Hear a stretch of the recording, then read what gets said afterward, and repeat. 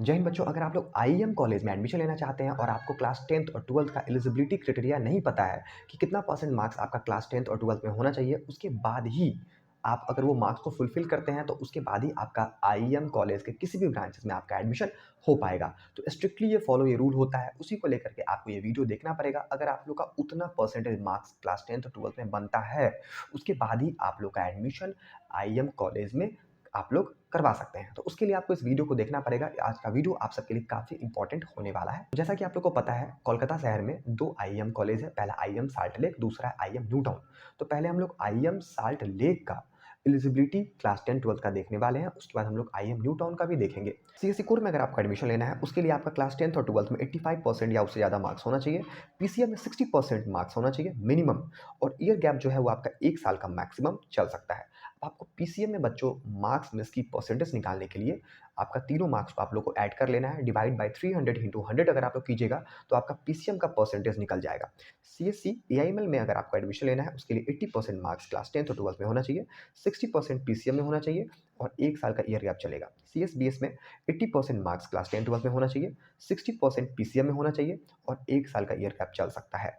IT में भी 80% marks 10 12 में, 1 साल का ईयर गैप चल सकता है और 60% पीसीएम में मार्क्स होना चाहिए। ईसीई में 70% मार्क्स 10 12 में, 2 साल का ईयर गैप चलेगा और 60% पीसीएम में होना चाहिए।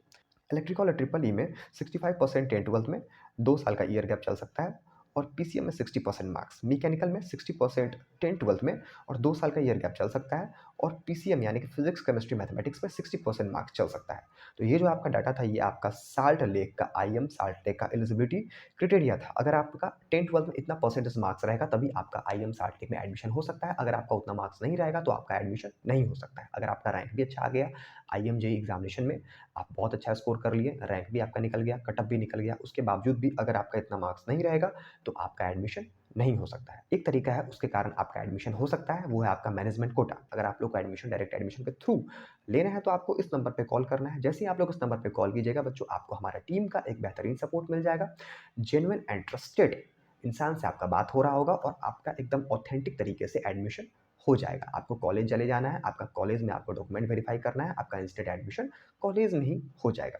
ठीक है, तो ये था आपका मैनेजमेंट कोटा के थ्रू आप लोग एडमिशन ले सकते हैं। उसके लिए आपको इस नंबर पे कॉल करना पड़ेगा। तो बच्चों, हम लोग ये आईएम साल्ट लेक का डाटा देख लिए, क्लास 10th और 12th का एलिजिबिलिटी। अब हम लोग आईएम टाउनशिप का डाटा देख लेते हैं, क्लास 10th और 12th का एलिजिबिलिटी वाला।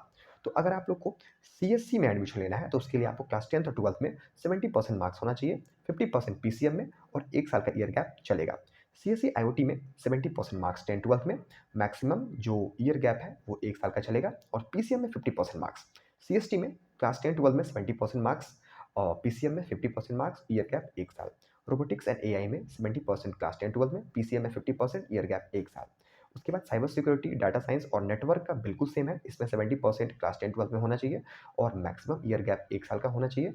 ठीक है, मैक्सिमम ईयर गैप 1 साल का चलेगा और पीसीएम यानी कि फिजिक्स केमिस्ट्री मैथमेटिक्स में 50% मार्क्स मिनिमम होना चाहिए।